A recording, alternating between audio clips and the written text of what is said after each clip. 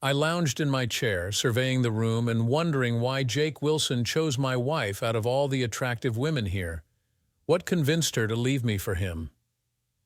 With our kids getting older and likely not returning home anytime soon, Emily and I had already mapped out our future plans for when we'd have the house to ourselves. A few months ago, I imagined the bond between Emily and me strengthening with more time together. Then it hit me, Emily's future didn't include me. I felt utterly foolish. That realization erased all traces of sadness, replacing them with a growing anger. I could see the concern in the eyes around the table, as if they expected me to snap. Paul, sounding nervous, asked, "You okay, John?" Over Paul's shoulder, I noticed 4 gorgeous women at a booth on the far end of the dance floor. Why hadn't Jake Wilson chosen one of them? I observed them briefly before bursting into laughter, startling everyone at the table. My laughter was so loud it drew attention, tears streaming down my face. Once I stopped laughing, I wiped my tears and smiled broadly, realizing my life had changed forever. I was no longer bound by monogamy. I no longer cared about Emily's feelings, as she didn't care about mine. All eyes were on me. Turning to Paul with a grin, I took off my wedding ring and handed it to him, leaving him stunned. "Give this to Emily when you see her. I have other things to do." Standing up, I tossed a 10 bill on the table. "That's for my drink. Since you supported Emily's infidelity, you can cover the rest." As I walked away, my former friends called out to me. From the club entrance, I pondered what I would say if they followed me. One thing was clear. Any man who ignored my warning and pursued me would end up with a broken nose. Lost in thought, I considered Emily's pursuit of selfish pleasure and my own plans for self-indulgence. At the hotel, I asked the front desk about available suites. The clerk regretfully informed me they were full but suggested a honeymoon suite, listing its many amenities. "I'll take it. No need to keep my current room. Since it's late, it'll cover the cost for both. My wife will stay in the original room while I move to the suite," I told the young woman behind the desk. She looked puzzled. "I thought you were arranging something special for your wife," she said, handing me the key card and directions. "I made a request. If my wife asks for my room key, please don't give it to her. Actually, can you leave specific instructions not to tell her where I am?" The young woman's expression turned curious, but she smiled. "I'll make sure the staff gets your instructions," she assured me. I returned to my old room to gather my things, leaving Emily's items behind in the trash. Taking the elevator to the top floor, I marveled at the spacious honeymoon suite with a jacuzzi on the balcony overlooking the city. I had brought a fancy tuxedo in case we went out for drinks at a high-end restaurant. Putting on my jacket, I headed back to the club, stopping by an ATM for cash. When I returned, a long line had formed at the entrance. Confidently, I slipped the doorman a 100 bill. He smiled and let me in. My former friends were seated at a table as I entered. Scanning the club, I hoped to spot the group of women I had seen earlier, a table by the dance floor with 4 stunning women. No men were with them, suggesting a bachelorette party, which was perfect. Walking through the club, Paul saw me and waved, calling my name. As I passed their table, all eyes turned to me, but I ignored them and approached the table of women. "Why are 4 lovely ladies sitting without company?" I asked. They all smiled, the taller brunette laughing. "We're here for our friend." "Some jerk left her for another woman, so we're here to cheer her up," she explained, clearly tipsy. "Well, if you don't mind, I'd love to dance with your friend and help cheer her up," I said, turning to the petite redhead who smiled and took my hand. As we danced, I asked her name. "Jessica." "I'm John," I said. "How could someone be foolish enough to let go of such a beautiful woman?" She replied, "Because he's an idiot." We laughed and continued dancing and chatting. Jessica shared that she was studying nursing in college and grew up nearby. As a slower song began, we kept dancing, the music now softer. Jessica asked, "Are you married, John?" I admitted, "Not anymore." "Was it your wife who danced with Jake Wilson earlier?" she asked. I noticed she vanished after that dance. Jessica observed, "You weren't the only one who saw her leave, John." I gave her a genuine smile. Looks like we both found out about our breakup at the same time. Jessica returned my smile, and we danced closely until the song ended. Both of us had recently been hurt by people we cared about, and holding each other felt comforting. When the music stopped, we headed back to Jessica's table. Jessica announced to her friends, "I know we said no men tonight, but I want John to stay." The brunette teased, "We did agree on that. How about I make it up to you all with a couple of bottles of champagne?" I suggested. "Not sure." "We had a deal," Jessica countered, but she smiled at her friends and added, "We saw Jake Wilson leaving with his wife." In unison, they all exclaimed, "Didn't see anything!" 3 of the ladies scooted around the booth to make room for Jessica and me. Before I could ask their names, the blonde next to Jessica asked, "Are you two in an open relationship?" "Absolutely not," I replied firmly. Another blonde added, "What did she say to you?" "Nothing. She said she was going to the restroom but snuck out the back with Jake," I explained, gesturing over my shoulder, and all my so-called friends covered for her. Just then, the waitress approached and asked if everyone liked champagne. I received smiles all around. "2 bottles of your finest champagne," I ordered, making the girls cheer. Before they could ask more questions, I introduced myself. Their names were Lisa, Jenny, and Sarah, all nursing students like Jessica. After the champagne arrived and everyone had a glass, Jenny, the brunette, asked, "What are you going to do about your wife?" "As far as I'm concerned, our relationship ended the moment she walked out," I replied. "Do you have kids?" Sarah asked. "Yes, a son and a daughter, 15 and 13. But soon they'll be more independent, and I'll deal with things then," I answered.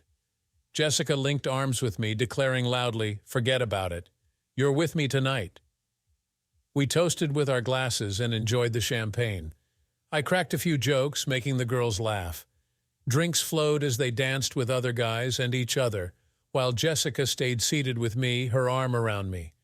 As the night wore on, Jenny suddenly became upset, standing abruptly and rushing off.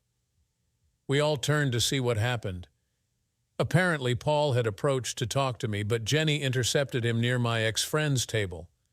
Though we couldn't hear the conversation, we saw Jenny jabbing Paul's chest while yelling. Ending the confrontation, Paul teared up and returned to his seat. Then Jenny let out her frustration at the entire table. The surrounding tables chuckled at the discomfort of my former friends. When Jenny returned, Lisa and Sarah high-fived her. Jenny sipped her champagne, smiled at me, and declared, "None of these fools are coming near our table tonight." Glancing back at their table, I saw them getting up to leave. Both Jane and Paul looked teary-eyed, and none of them glanced our way. "What happened, Jenny?" I asked. "I saw her try to talk to you, so I pushed her away and told them exactly what I think of people who help cheaters," she said. "You made a big impact. They hoped it'd forgive Emily to ease their guilt. For that, I owe you a kiss." Jessica grabbed my head playfully, protesting, "Oh, you really shouldn't." Then she kissed me passionately, cheered on by the other girls. After breaking the kiss, Jessica gave me a sweet smile. Lisa teased, "Get a room, you two." "Actually," I interjected, "I have a suite at a nearby hotel and you ladies seem unfit to drive. If we hurry, we can still have champagne delivered to our room." After settling the bar tab, the 4 of us made our way to the hotel. Jessica clung to my arm while the others leaned on us for support. During check-in, I ordered 4 bottles of champagne for our room. When I mentioned to the receptionist that it was a honeymoon suite, the ladies burst into giggles. Riding the elevator, they began singing the wedding march. Jessica blushed deeply but held on to me even tighter. As we neared our room, the ladies joked about me carrying the bride over the threshold. Jessica looked at me with her captivating eyes and said, "You don't have to if you don't want to." I pushed open the door, scooped Jessica into my arms, and carried her inside. Once in the room, Jessica embraced me and kissed me passionately. The ladies found it amusing, but their teasing ceased when Jenny spotted the jacuzzi on the balcony. Before I could set Jessica down, they had all stripped down to their bras and underwear and were in the jacuzzi. Setting Jessica down, she continued to hold my hand. There was a knock on the door. "Champagne delivery," a cheerful voice announced. We brought the bottles to the ladies, who burst into laughter and jokes. Sarah insisted I was overdressed and told me to undress. I chuckled, explaining I was just keeping Jessica company. They playfully encouraged Jessica to join them in the jacuzzi, but she simply smiled and led me back to the room. We headed to the bridal suite while one of her friends sang "Here Comes the Bride" from the balcony, laughing uncontrollably. The next morning I woke up with Jessica snuggled against me and 3 other undressed women sprawled across the king-sized bed. They must have joined us later. As Jessica and I got out of bed, she watched me with a soft gaze. I smiled at her and she returned it. "Did you have a good time, John?" she asked. "Yes, it was the best night of my life. Any regrets?" "None whatsoever." "Join me in the shower," Jessica urged, slipping out of bed and pulling me towards the bathroom. Once in the shower, I lifted Jessica and pressed her against the wall, her legs wrapped around my waist. The standing position was challenging, but led to one of the most intense experiences I'd ever had. Jessica climaxed twice, each time loudly. Exiting the shower, we found that our passionate lovemaking had awakened the other ladies. Despite their hangovers, they were in high spirits, ordering room service and sipping mimosas. Jenny joked, "I can't wait to try that shower. You two made it sound like a thrill." The 3 girls burst into laughter as Jessica and I exchanged smiles. After everyone had showered and left, except for Jessica, who asked for a ride home, she nestled close to me during the drive. "John, I know what your wife did was terrible, but you still have the option to reconcile. If not, I'd be happy if we could see each other again," Jessica said hopefully. "I'd like that, Jessica. Right now, I'm not thinking about going back to my ex-wife. I had a great time with you. You're exactly what I need right now. So call me if you want to give it a shot," I replied, kissing Jessica at her doorstep. As she opened the door, Jenny greeted me from the couch with a smile and a wave. Leaving, I realized I was delaying a decision about Emily. Going back to the club had been a spur-of-the-moment response to her betrayal. While it didn't solve my issues with Emily, it certainly made me feel better. Once home, I took a moment to relax, sinking into a chair in the dimly lit living room, lost in thought about how to handle the end of my broken marriage with minimal impact on my kids. I didn't bother turning on the light. After some time, I heard a car pull into the driveway, followed by the sound of keys in the lock. "John, I'm home," her voice echoed, as if nothing had changed. As she shut the front door and turned on the light, I faced her. She looked exactly the same blue dress, dark hair cascading down her back, familiar features, rings on her fingers. Everything was unchanged, as if she hadn't spent the night and morning with another man. This can't be real, I thought, expecting to see some sign of guilt or shame. But there was nothing. "It's just me, same old me always," she said with a gentle smile, fully aware of my inner turmoil. "Nothing's changed. My love for you is as strong as ever." "I wish I could say the same," I replied, hearing my own detached tone. "John with the heart of stone," I mused, looking at Emily before pointing towards our bedroom. "Don't start. Go take a shower," I instructed firmly. Despite her attempts to protest, Emily eventually obeyed, heading upstairs. After her shower, she came back down. "John, where are my clothes from last night?" she asked. "I believe they're still in the hotel room where you left them. You didn't bring them back?" "No." As if on the verge of criticizing me, Emily hesitated, realizing any complaint would only highlight her own wrongdoings. Instead, she fell silent, seeing the futility of such an argument. "Why did you leave them, Emily?" she sighed. "It was Jake Wilson. He's wealthy and famous, able to have any woman he wants. When he asked me to dance last night, I felt like the most desired woman in the room. He made me feel truly special." Emily gushed, still basking in the glow of the previous night. As she spoke, it was clear she was lost in memories of her time with Jake, completely detached from our conversation. In that moment, I knew it was really over. Emily would always cherish her time with Jake Wilson more than any moment with me. I was merely an afterthought. "Do you love him?" I asked. "No, I don't love him. It was just a fling." "I love you, John," Emily responded. "You hesitated," I said. "Emily, I know that look. You would have gone with him if he'd asked. It was just one night. Just physical. This conversation is done. I need time to think. Pack some things for you and the kids and stay with your parents for the week, but that's it. If you really want to fix this urgently, you're not going to get what you want, I retorted, anger clear in my voice. Emily packed her bag and left. As soon as she was out of sight, I started my plan. Seeing Emily at the doorway in her usual blue dress, unchanged, triggered a realization I needed to make changes for my own survival. I called my boss to request 2 weeks off, then rented a truck and bought supplies from the hardware store: lumber, drywall, paint, and 2 exterior doors. Back home, I gathered my tools and got to work. First, I removed the front door and the surrounding windows. After cutting out a large opening, I installed 2 front doors, putting the old one on the right and the new one on the left. Then I framed a wall along the main entrance, splitting the house into 2 and applying drywall.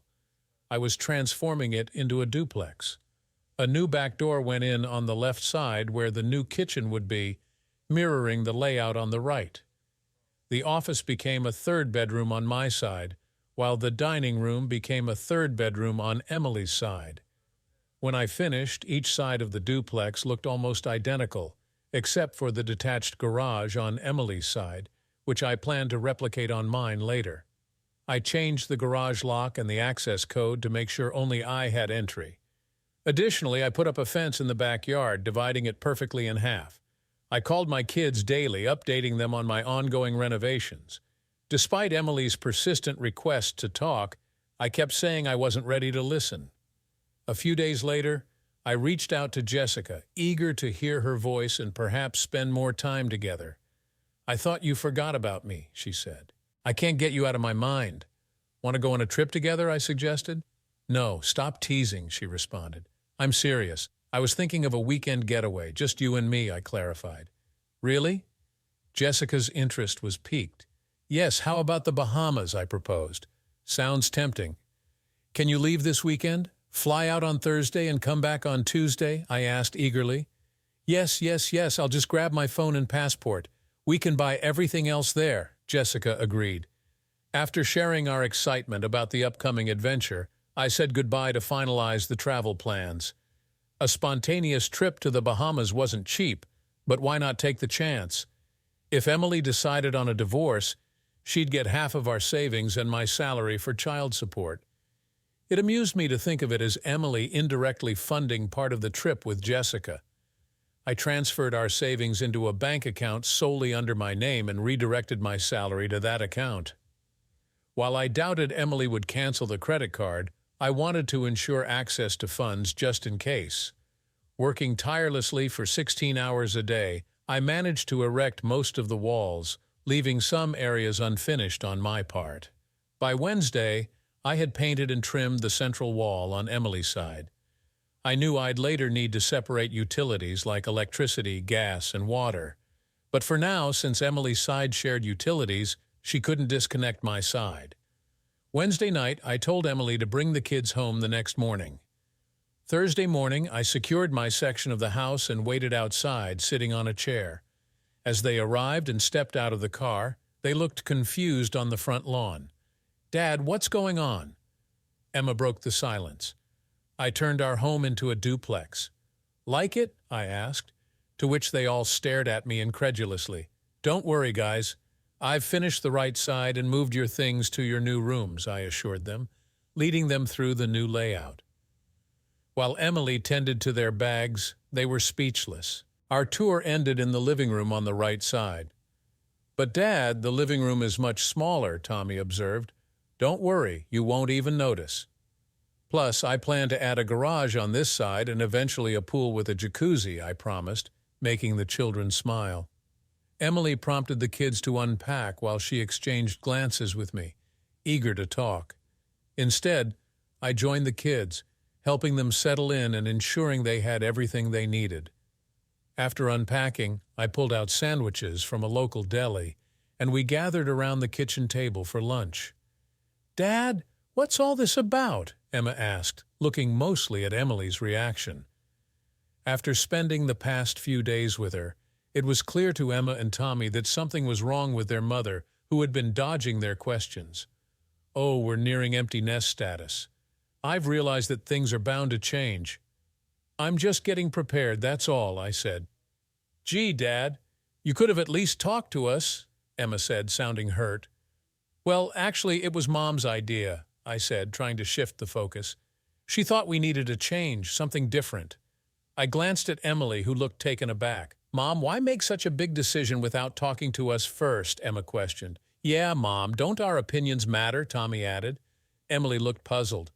It was just a misunderstanding. Your father misunderstood how I felt, she responded. I don't know, dear. You seem pretty sure. Once I saw your determination, I knew there was no going back, I added, causing Emily to tear up before she left the room. Tommy asked, What's up with Mom lately? She's been crying about everything. I shrugged. Ask her yourselves.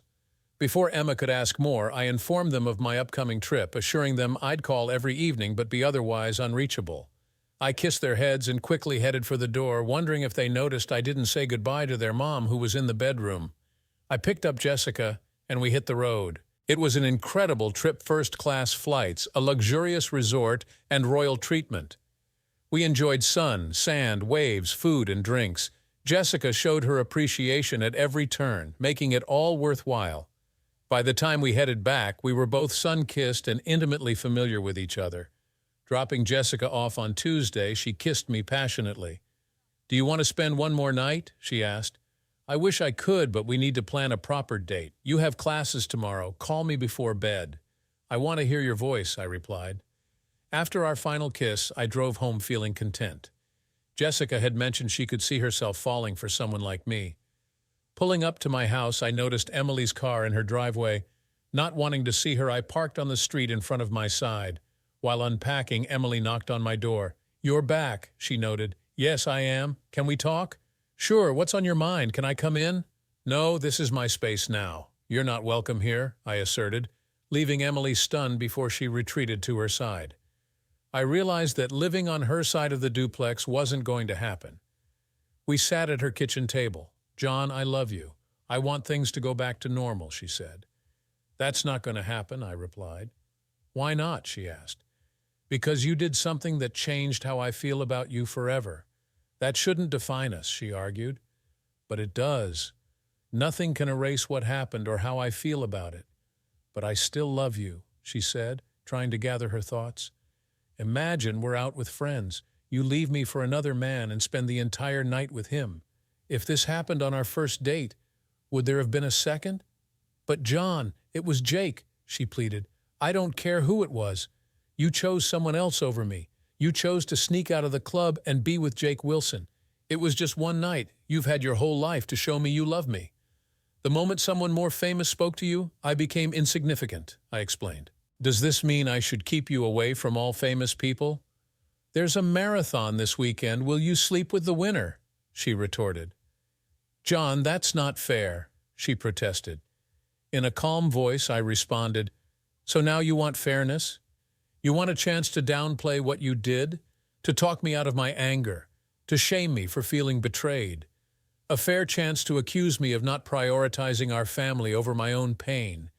It seems I'm the only one expected to be fair in this relationship. I reached for her hand, and she reluctantly took it. We locked eyes, and I knew I was about to deliver a painful blow. Emily needed to understand how our future relationship would unfold. It's too late, Emily.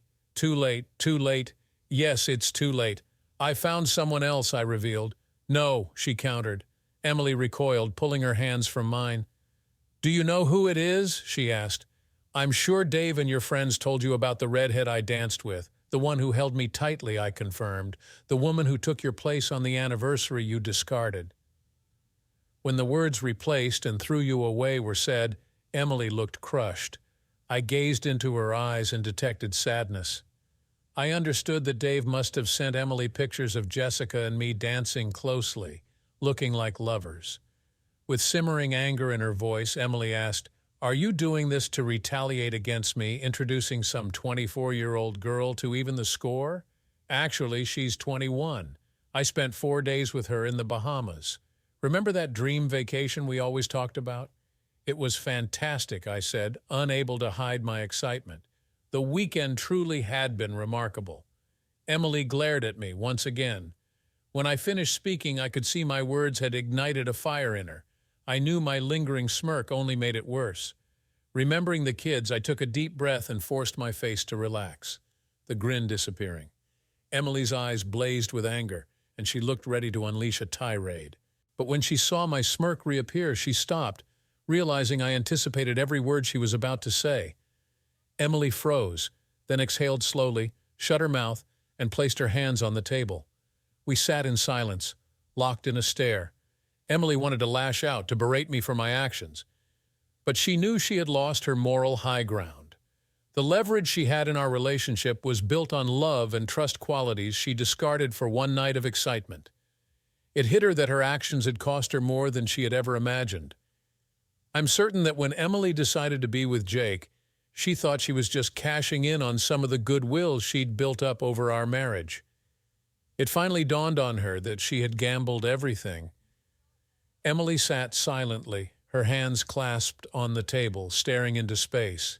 It doesn't matter. I love you. Yes, you keep saying that. But why should your love matter to me when it's clear that my love for you meant nothing after what you did? Why should I care about your love? But I don't want to lose you. I don't understand how you thought you could destroy my trust completely and still keep me. You took me for granted, and now you don't deserve me. Emily looked bewildered. I'm going to my place. There's still a lot of work to be done around the house. I'll be back for dinner with you and the kids. Please don't bother me until then. I stood up and walked back to my side of the duplex. Emily wept as I left. Leaving her was incredibly painful. I wanted to hold her like before, but deep down I knew there was no going back to what we once had. The Emily I knew as my wife was gone, and she would never return. Anything I have with her now will serve as a painful reminder of everything we could have had, everything she carelessly destroyed. Before dinner, I showed the kids my side of the house. I walked them through the new kitchen area and explained my plan to replace the back wall with glass overlooking the pool. They seemed worried as they saw the fence dividing the backyard. They understood this would be my side. Then I showed them where their new rooms would be. Dad, why do I need 2 bedrooms? Tommy asked. Because this side is going to be my home, and that side will be your mother's home, I explained. Are you and Mom getting divorced? Emma asked. Dad, Mom won't say anything no matter how many times we ask, Tommy added. No, we're just separated. I don't want to be a weekend dad, so I thought it would be best to split the house, and you two can choose which side you want to live on. Just as we were about to continue, Emily called from the front door to announce dinner.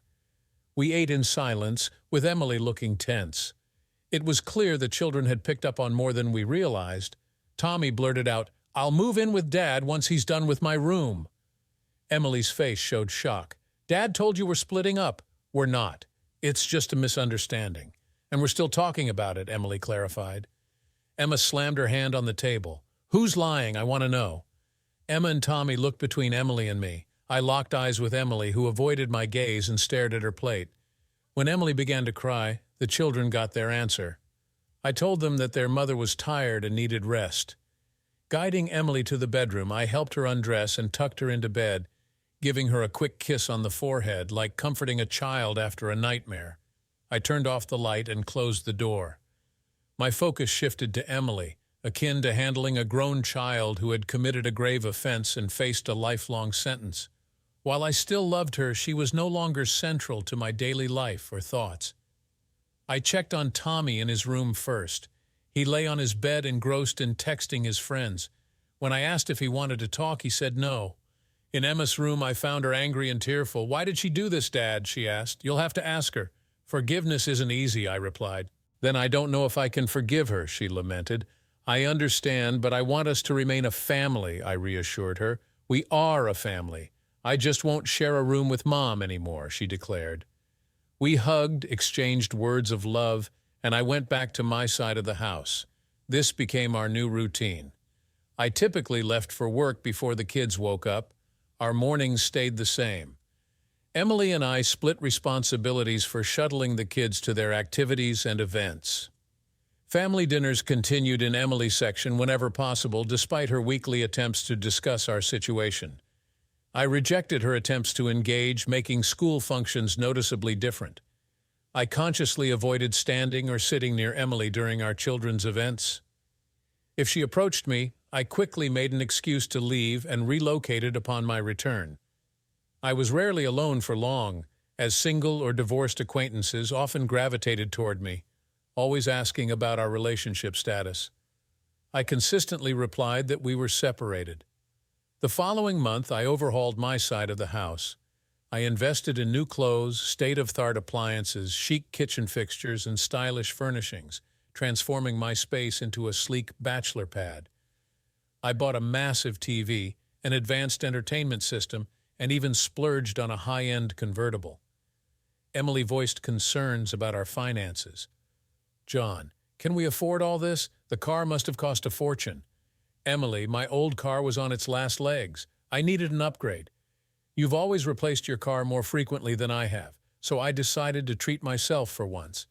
And as for everything else, did you expect me to live in a shabby place? What about the furniture? I thought I was being considerate by leaving all the furniture you chose. I'd be happy to share it if you want. It's fine. Your taste in furniture never really matched mine anyway. Why didn't you say something earlier? I kept quiet because I wanted you to be happy. Furniture wasn't a big deal to me." I let her think about that for a moment. "Don't worry, we're financially stable. The house is paid off, and once the kids move out, my side will be too big for just me. I plan to rent it out for extra income, so money won't be an issue." Emily gave me an approving smile, the kind that used to make me feel special. "I'm not complaining. I like your new car, and you look great in your new clothes, thanks. I can take all the credit. Tommy and Emma wanted a convertible to drive, and Jessica helped me pick out the clothes and furniture. Turns out we have similar tastes." At the mention of Jessica, Emily's smile faltered, and her hand dropped from my shoulder. "Oh, I was just curious." With that, she turned and walked away. I hadn't meant to flaunt Jessica in Emily's face, but she was becoming a significant part of my life. I also realized that I often thought about Jessica and seldom about Emily's feelings. Jessica started spending a lot of time at my place. Eventually, Tommy moved into my side as his main bedroom. Emma, who had mostly stayed on Emily's side, began spending more time with Jessica. Jessica became like a cool older sister to her. Before long, Jessica was staying over on weekends and most weeknights. The only tension arose when I insisted Jessica join us for family dinners. Emily remained polite, but clearly didn't want this to become routine. The next day, as I was leaving for work, Emily intercepted me. "John, I appreciate our conversation, but I'd prefer if you didn't bring your girlfriend to our dinners. That's our time to be a family with the kids. This is great. Going forward, I'll skip dinner when Jessica isn't there, but I'll also extend an open invitation for the kids to join me and Jessica for dinner if they want. That's not fair, John. Dinner time is our only chance to be a family together. So now we're talking about fairness, Emily? Jessica is becoming a significant part of my life, and I want her to be more involved. She gets along well with the kids. Excluding her from our family dinners doesn't seem fair to her, to me, or to the kids. If you want to exclude her, you'll be excluding me too. John, your idea of honesty has always been self-serving. Forget about my feelings. I bet you thought you were being honest when you snuck out the back door to be with Jake Wilson. Even though we weren't living together anymore, it was surprising to see how you still thought you could manipulate me. Emily, you threw integrity out the window that night, so if you don't like it, fairness would be for you to start cooking dinners on my side, and I'll let you join us. Jessica loves cooking, and she's great at it." With tears in her eyes, Emily said, "I'm sorry I brought this up. Jessica is more than welcome to join us for dinner any time she wants." After the pool and hot tub were finished, Tommy particularly enjoyed hanging out with Jessica's friends, Kim, Christy, and Susan, by the new pool. They shamelessly flirted with Tommy, engaging in a friendly competition to see who could make him blush the most. Their competition escalated with tighter swimsuits, but Christy had an advantage with her ample curves. When she kissed Tommy in the pool, pressing her chest against him, she won the contest. Tommy couldn't leave the pool for a good 10 minutes despite the cold water. Tommy was undoubtedly the winner in their game, gaining confidence and eventually getting a girlfriend at school. Once the girls met Tommy's girlfriend, they stopped flirting with him and treated her like the luckiest girl. Jessica has some amazing friends, and no, I never allowed Emily to visit my side of the house. I didn't want her complicating my relationship with Jessica. Unfortunately, a few years later, Jessica graduated from high school. Our time together became less frequent, and I had to adjust to the change. The end of our relationship was evident at Susan's wedding. As I watched Jessica, I realized I had become more of a provider than a partner due to our age gap. While it didn't bother me, it was clear that it troubled Jessica. Despite our wonderful rapport, weekends together, and integrating with each other's families, an unspoken tension lingered. When Jessica hinted at relocating, I proposed to her, but she preferred to adhere to a family tradition. Although she didn't say it outright, I sensed her internal struggle. I was perfect for her in many ways, but not the right age. Jessica seemed to take me for granted, assuming that great men like me were easy to find. I subtly tried to make her see that her high standards were creating barriers. Just like with Emily, my success seemed to backfire, making Jessica think I was replaceable. I reminded her of Emily's mistake and where it led. Jessica firmly denied making the same error, sealing our fate. Ultimately, I understood her decision. I assured her that if she ever changed her mind, I would be there. Perhaps we might reconnect later when the age gap isn't significant. I cherished every moment with Jessica, appreciating her honesty and our deep conversations, so unlike Emily's deceit. Emily's friends, who were once my own, occasionally urged me to reconcile with her, but their arguments fell flat. I countered with the pain of being cheated on by a spouse, which they seemed to accept and even encourage based on what happened that night. It wasn't mere chance that led us to a club frequented by Jake Wilson. I just happened to be married to the most attractive woman. Call it karma. A few months later, I heard that the girls had switched their girls' night out to a new club, one where Jake Wilson was known to frequent, without informing their husbands.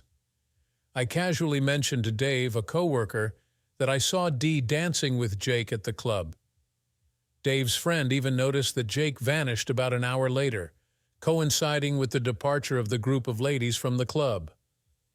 However, Dave's friend didn't witness Dee leaving with the group. When confronted, all the wives denied being at the club and insisted it was a mistake. But days later, Dave's friend shared a photo showing Jake Wilson conversing with the wives at a table. Eventually, the wives admitted their presence at the club, but each claimed no one left with Jake. Their conflicting stories eventually revealed the truth. Reluctant to betray their friend, the wives refused to identify who left with Jake. By the time they disclosed it was Dee, the damage to trust had already been done. According to what I heard during a meeting of husbands to compare their wives' accounts, Dave aptly summarized the situation. He noted how the wives covered for each other for a long time and how easily they lied. This wasn't their first girls' night out. How could they be sure it wasn't Dee's turn to have an encounter with Jake Wilson or someone else? Each husband observed the expressions on their wives' faces when Jake approached them that evening at our table. Everyone overheard their wives condoning Emily's behavior and expressing envy over her opportunity. After Emily attended the first bachelorette party, all the husbands became familiar with her. They were initially pleased with the newfound excitement in the bedroom as Emily discussed her encounter with Jake. However, a few months later, one husband jokingly complained about hating sleeping on silk sheets. After comparing notes, they realized both sets of silk sheets were new and identical in color. In discussions with other husbands, it came to light that 4 couples had recently acquired new white silk sheets for their beds following Dee's night with Jake. The husbands grew concerned that their wives were revisiting their own encounters with him. All 4 couples ended up divorcing within a year. I learned of this when Dave, the first to divorce, apologized to me and explained the events leading to his split. Subsequently, each husband personally expressed regret to me for their involvement that night with Emily. They all essentially admitted that if they had stood up for me, it might have sent a clearer message to their own wives, potentially saving their marriages. As for Jake Wilson, his habit of pursuing married women eventually angered the wrong person. No one knows who, but as Jake exited the club with his latest conquest, someone in a ski mask stunned him with a taser. Before Jake could recover, the assailant struck him in the groin. While Jake screamed in pain, the attacker severely injured both of his kneecaps. Despite having video footage, no one was ever apprehended. There were too many husbands with motives and opportunities. Jake lost his ability to walk. Regarding Emily, our last discussion about our relationship occurred on the day Emma moved out. By then, we were already divorced, and I had leased out my portion of the house, relocating to a seaside condo. Standing in the driveway, Emily asked if she could speak to me after Emma left for college. "John, I still love you. I made a terrible mistake and have regretted it every day since. I haven't dated or even glanced at another man since then. I know you haven't been in a serious relationship with anyone since Jessica, and I'd like you to move back in with me just to see how things go." Emily then removed a necklace from around her neck and handed it to me. Hanging from it was my wedding ring, the same ring I had given to Dee the night Emily left me. Emily gazed at me with hope in her eyes. "You still don't grasp what went wrong, Emily. That night you believed it was a test of my love for you, but in reality, it was a test of your love for me. But I truly love you. No, you cherished what we once shared. You loved our seemingly flawless marriage, having the ideal husband and children. You appreciated that I didn't treat you like an object or a trophy wife, that we made decisions together. You relished our carnal moments, even if less frequent, as intense as our initial encounters. You admired that I prioritized your feelings above all else. You valued the financial stability I provided for your pursuits. But most of all, you treasured my unwavering trust in you without hesitation. Now you claim to love me more than ever, realizing you won't find another who could make you as happy. No one will ever love you as intensely as I once did." Emily remained motionless, holding the necklace at arm's length, her grip tightening until her hand turned white. "You failed to appreciate what we had, and now it's lost. I can't be near you anymore. I'll never again give you the chance to hurt me like you did. I thought it was us against the world, but you destroyed us when you chose to be with Jake Wilson." Emily began to sob. "How many times must I say I regret it? It was never about Jake, Emily. You thought yourself fortunate when he took you home, but I was fortunate too. When I was at my lowest, your friends tried to convince me I was foolish, but you showed me we were truly special, not because of you, but because of me. You left because my love was stronger, not yours. My love would never betray like you did. It was the melody to which we danced, making us unique. As I sat at this table, furious and contemplating, I saw Jessica across the room looking sorrowful. When she caught my gaze, she smiled. That smile reminded me I still had a chance for happiness, to invest my love into a new we, a different us. You opened my eyes and set me free. With that, I climbed into my convertible and drove off with a grin. I couldn't wait to return home. Jessica left her job and moved in with me last week. Since then, she's shown me she'll always need me in her life. Trust is a beautiful thing.